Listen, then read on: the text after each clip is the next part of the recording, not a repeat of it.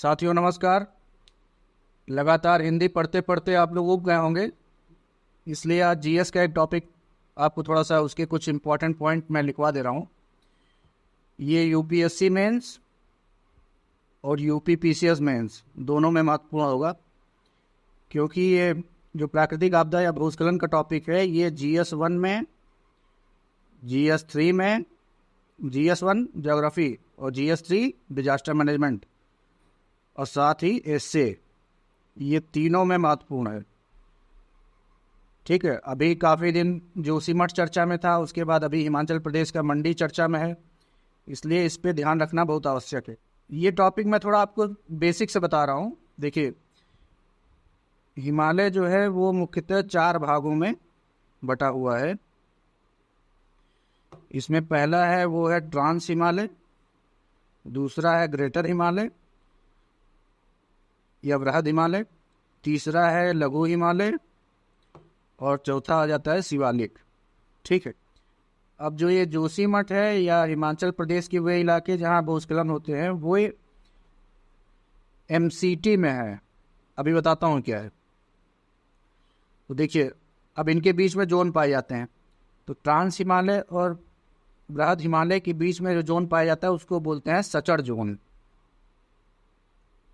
ठीक, या ITSZ, I for Indus, Indus मतलब सिंधु नदी, टी फॉर सांगपो या ब्रह्मपुत्र, एस से सचर जोन। ठीक, बृहद हिमालय और लघु हिमालय के बीच में है मेन सेंट्रल थ्रस्ट, और लघु हिमालय और शिवालिक के बीच में आ जाता है मेन बाउंड्री फॉल्ट। इसको तो एकदम रट लीजिए, प्री में भी इंपॉर्टेंट है, मेंस में भी है। ठीक है, अब देखिए ये हुआ क्या था। आप लोग भूगोल की शुरुआत में पढ़े होंगे कि भारतीय प्लेट और इधर से यूरेशियाई प्लेट जो थी, इन दोनों की जहाँ पे टक्कर हुई वहीं से हिमालय का निर्माण हुआ। यहाँ पे पहले क्या था, टेथिस सागर था एक। ठीक है, तो यहाँ थ्रस्ट लगा, एक तरह से थ्रस्ट मतलब धक्का या संपीड़ित बल बोलते हैं इसको हिंदी में। तो इस थ्रस्ट के कारण ये सब इससे ऊपर उठ गए। ठीक है, ये जो क्षेत्र हैं ये आपके टेथिस सागर के अवसाद पे बसे हुए हैं। अवसाद मतलब सेडिमेंट, यानी कि यहाँ के जो क्षेत्र हैं, जैसे जोशीमठ हुआ, वो पूरी तरह अवसादी चट्टान पे है, वो ठोस चट्टान पे नहीं है। इसीलिए उसमें अगर नीचे से पानी का बहाव होगा या बहुत ज़्यादा वर्षा हो गई तो वो धंसने लगता है। ठीक है, तो ये थोड़ा सा ध्यान में रखिएगा। अच्छा, भूस्खलन के कारण क्या हो सकते हैं, तो इसमें प्राकृतिक भी कारण हो जाएगा और मानव जनित तो है ही। ठीक है, प्राकृतिक में क्या क्या है। प्राकृतिक में मान लीजिए जैसे काफ़ी देर तक वर्षा हो गई या भूकंप आ गया। ठीक है, ये 2 मुख्य कारण होंगे। मानव जनित में तो मान लीजिए अगर आपने कोई विस्फोट किया, कोई टनल वगैरह बनानी है। ठीक है, जैसा कि आरोप लगता है एनटीपीसी पे कि उसने तपोवन विष्णुगढ़ जो प्रोजेक्ट चल रहा है उसके लिए विस्फोट किया है वहाँ पे। ठीक है, ये आरोप है, इसको ऐसे ही लिखना है, इसको आप एनटीपीसी पे पूरा दोष मत लगा दीजिएगा। ठीक है,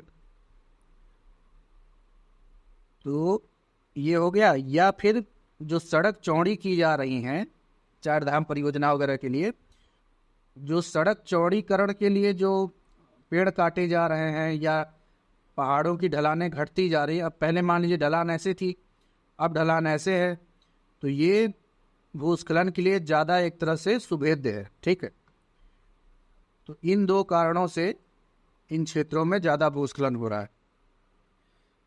और ये आज से नहीं हो रहा है, 1976 में, ये बहुत इंपॉर्टेंट पॉइंट है, 1976 में कुमाऊं के कमिश्नर थे श्री महेश चंद्र मिश्रा। तो इनकी अध्यक्षता में एक समिति गठित की गई थी, MC मिश्रा समिति, MC मिश्रा कमेटी। इनका जरूर जिक्र करिएगा अपने उत्तरों में। ये अभी उत्तराखंड पीसीएस मैंने दिया था मेंस, तो उसमें हमने भी किया है, अभी उसका रिजल्ट पेंडिंग है। ठीक है, तो इन्होंने मना किया था कि जो बड़े पहाड़ हैं उनके आसपास विस्फोट न किए जाएं, बड़े पत्थरों को तोड़ा न जाए, सुरंग न बनाई जाए, ठीक है, नहीं तो ये समस्याएं उत्पन्न होंगी। इन पे ध्यान नहीं दिया गया है। अगर जोशीमठ संकट से सीधा सीधा सवाल आता है, जो कि पूरी संभावना है, तो आप कुछ बिंदु ध्यान में रखिए। पहला तो आपको मैं बता ही चुका हूं कि ये पूरा यहाँ की भौगोलिक स्थिति ही ऐसी थी कि ये अवसाद पर बसा हुआ है।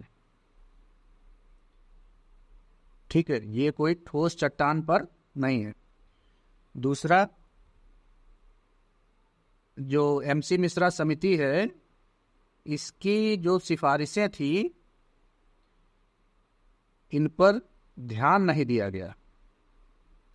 ठीक, और तीसरा क्या है, जो एनटीपीसी या बॉर्डर रोड ऑर्गेनाइजेशन बीआरओ और चार धाम परियोजना, इस तरह की, इनके निर्माण कार्यों के चलते भी इस तरह की घटनाओं में बढ़ोतरी देखी गई है। ठीक है, इसी में आपका सड़क चौड़ीकरण वाला भी आ जाएगा।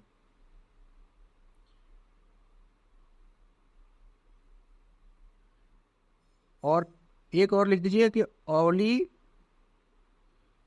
यहाँ जो पर्यटक आते थे उनकी संख्या में एकाएक बहुत बढ़ गई है, बहुत ज़्यादा, तो दबाव पड़ रहा है इस क्षेत्रों पे, तो इन क्षेत्रों पर दबाव भी है। ठीक है, तो ये कुछ मेन कारण हैं, इनसे आप अपना एक अच्छा उत्तर बना सकते हैं। ठीक है, अच्छा हाँ, दो चीज़ें और ध्यान में रखिए। एक अपना आपदा प्रबंधन एक्ट है,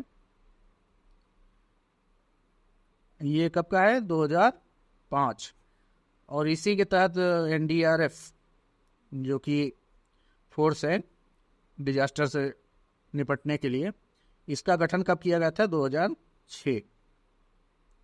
तो आपके उत्तरों में ये सब पॉइंट मतलब दिखने चाहिए।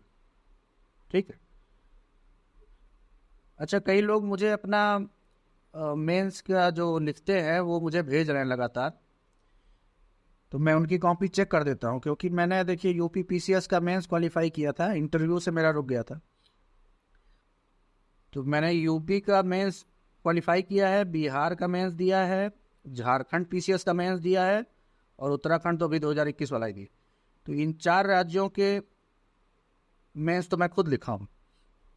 ठीक है, तो जो लोग अभी उत्तर अपना लिख रहे हैं या प्रैक्टिस कर रहे हैं कहीं से, अगर उनको लग रहा है कि मेरी कॉपी ठीक से नहीं चेक हो रही, जो कि ये ऑनलाइन कोचिंग हो चाहे ऑफलाइन कोचिंग हो, इनकी सबसे बड़ी समस्या है कि ये कॉपी चेक नहीं करते हैं। ठीक है, मैटर आपको सारा दे देंगे, पीडीएफ दे देंगे, लेकिन ये कॉपी पता नहीं क्यों नहीं चेक कर पाते, या तो जिनको ये मतलब लगाते हैं कॉपी चेक करने में उनको खुद अनुभव नहीं है, मेंस वगैरह लिखा कैसे आता है, एकदम सामान्य रिमार्क लिख देंगे, या भी आपको सुधार की आवश्यकता है या बहुत अच्छा प्रयास है। ठीक है, उससे आपका भला नहीं होने वाला है।